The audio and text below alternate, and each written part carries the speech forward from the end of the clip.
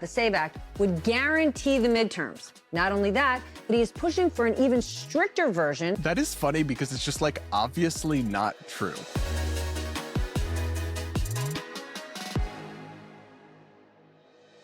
For our media story, we're going to react to a truly wild monologue about the SAVE Act. So sorry, we're not getting anything new. This is kind of the topic du jour of DC today, about the SAVE Act from Stephanie Ruhle of MSNBC, or I guess it's called MS Now these days.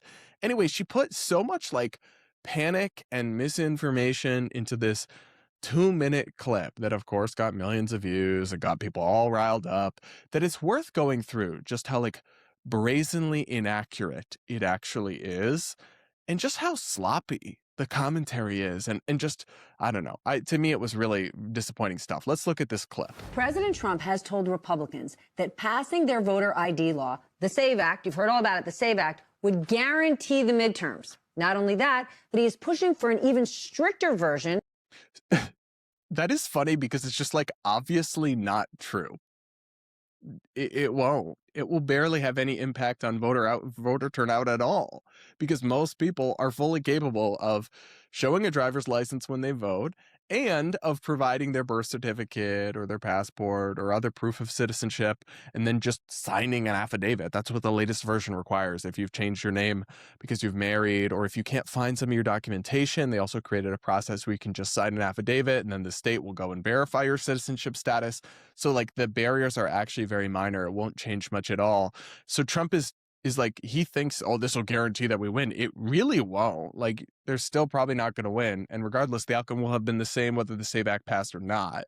So it's unfortunate that he's playing into the hands a little bit of the panic rhetoric and the media doom-mongering about how this is going to rig the election for the Republicans, because he seems to think that it will have a much, much bigger impact than it does, which will be near zero, based on my like actual analysis of the legislation and of the reality of very scarce evidence of non-citizen voting. But she basically agrees with him. That's the funniest part about this. Let's watch. Version that one already that is making its way through Congress. I want you to watch this. What I'd ask Mike to do is to draw a new one with these few things added, and let's go for the gold. Let's not just get one like voter ID. So those 5 things. 5 things. Voter ID, citizenship, mail-in ballots, no mail-in ballots. Right? We don't want men playing in women's sports, and no transgender mutilation of our children. So this is all a bit irrelevant because this is referring to legislation. This is not the version of the SAVE Act the House passed and the Senate is considering. This is Trump kind of riffing about how he wants other things in it. And I certainly don't agree with the part about almost totally eliminating mail-in voting. It should probably be tightened up in different ways, but it's fine as a concept.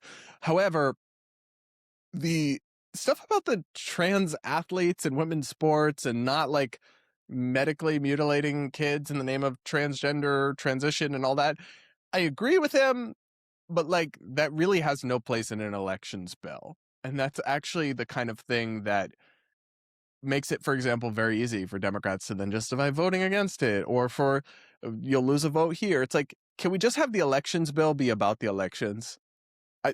Sorry, Trump, that's like not too much to ask, is it? I know that's how DC works now. They just slip into everything and then try to get it through. It's like, but I think if you're saying we have to save our election system with this legislation, and listen, I don't find the legislation particularly objectionable, but nor do I really believe a lot of the Republican rhetoric about how like, oh, we'll never win another election again if we don't pass this, as if this was not in place during 2024, 2026, 2016, or many of the other races Republicans have won. But at the same time, if it's really so crucial, maybe you shouldn't be conflating it with other stuff. That is annoying and dumb to me. But we haven't got to the part where Stephanie, the MSNBC or MS Now anchor, lies and kind of contributes to the media disinformation and panic campaign about the SAVE Act. I'm willing to just sort of say I'm not going to sign anything until this is approved. Okay, so the SAVE Act. The president says he will not sign any other legislation until this passes. So I want to talk to you about what it would actually mean. Under the current proposal, To vote, you would need to show valid photo ID. To register, you would need to show proof of citizenship, like a passport or a birth certificate. Republicans make that sound like it's not a big deal. Because it's not.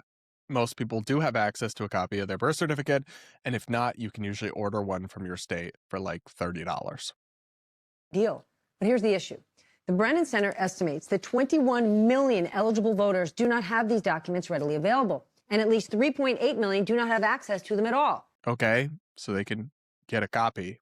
I don't know. I mean, if you don't have I'm sorry, but like if you don't have your life together to the point where the concept of even obtaining a copy of your birth certificate is some like impossible hurdle for you, we probably don't want you voting. You probably need to sort your out before you do. And the latest version of the SAVE Act also includes a process where if you don't have all the documents, you can just sign an affidavit testifying that you are a U.S. citizen, and then the state will go and check your documentation on the back end. So the whole point is kind of moot. As of 2023, 50% of eligible voters don't have a passport. Getting don't one need costs one. Anywhere between $65 and $200. Yeah, well, you don't need a passport to register to vote under the SAVE Act. That's just one option if you already have it. But more importantly, you should not need to have to pay any money to exercise a constitutional right. That is what. All right. We hear this talking point a lot, and it's interesting to me because it's like, obviously we don't want a poll tax that you have to pay to get in to vote. But at the same time, it's like does that mean you can literally create no mechanism at all by which they have to meet any requirement because it has some sort of cost? Like they would never apply this to gun rights, for example. Like, you have to show your ID to buy a firearm, of course, to show you're overage and all these other things. Well, IDs cost money. You can't impose a tax on our gun rights. Like these progressives would never accept that logic. And even I, as somebody who supports gun rights, would find that kind of silly. And I mean, let me give you another example. When you go to the polling place, you can't be naked. You have to wear clothes, but clothes cost money. So you're imposing a tax on voting then if you require people to wear clothes. It's like it's a bit silly. And I'm sorry, but again, they can just sign an affidavit if they can't find a copy of their birth certificate or what have you. But like, it is not. I did a debate panel on my new third channel that I'm building up where I'm hosting debates and conversations. And Blair White said something funny, the conservative transgender commentator who was kind of advocating for the SAVE Act against a progressive commentator who disagreed with it. And Blair was like, it's really not the Underground Railroad to register to vote and show that you're a citizen. And I just agree. It's like, I just can't take it so seriously. Oh my God, if people have to have a copy of their birth certificate, that will cost like $30 from the state, and that's a tax on voting. Okay, it's just called being an adult, like, and having your basic paperwork in order. And what's the alternative? That you literally don't have to prove your citizenship when registering to vote? That's a bit absurd. Voting is. The Brennan Center also found millions of Americans don't have access to their birth certificate. And if you're a married woman who changed her name, that's me, that birth certificate, if you can find it, it will not help you. And here's where she just lied. If you are a married woman and you changed your name and your birth certificate doesn't match your driver's license, for example, all you have to do under the SAVE Act is sign an affidavit, sign a piece of paper under penalty of perjury with your signature saying, I changed my name and that's why these don't match, and you will be registered to vote. So they keep just like, it's like they haven't updated their talking points since the first version of the SAVE Act was introduced, even though a lot of the concerns they raised, which originally had some legitimacy, have been updated in the legislation, and they just don't update the talking points. It's really frustrating. And this is like, the rest of this is just kind of nonsense. But that statement right there, that if you're a married woman and you have your birth certificate, it won't help you when you register to vote, is like factually false, is absolutely wrong to the point where they shouldn't have aired. Their fact-checking process should catch that kind of thing, and they should issue a correction and a retraction. But they don't, and they won't. Because whether it's Fox News or it's MSNBC, no, it's all just propaganda. Like cable news isn't news, increasingly, most of it. It's just partisan slop and PR, because it's just not even tethered to reality. Will not help you. Just to put a finer point on this situation, this is a solution in search of a problem. It is already illegal for non-citizens to vote in federal elections, and confirmed instances of voter fraud are extremely, extremely rare.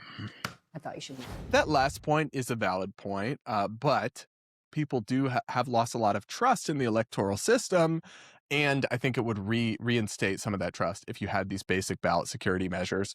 And also, like I'll say, I agree, documented instances of voter fraud are very rare, but that's also only the ones we know about. There obviously are more out there that have not been caught. And as long as the burdens are not unreasonable that are being placed on people, and in the current version of the SAVE Act, they're really not, I have no issue with any of it. And I find the media coverage, like this MSNBC anchor is just, MS Now is just blatantly misinforming people. Hillary Clinton, Nancy Pelosi out here acting like women are about to lose their right to vote. It's all so tiresome. And I say this is somebody who's pretty critical of Trump and thinks he's going kind of cuckoo for Cocoa Puffs on a bunch of different issues. But when you're constantly out of 10, when you're constantly crying wolf, it's like people aren't going to listen when he actually does the next thing that's actually crazy. Whereas this is actually really not.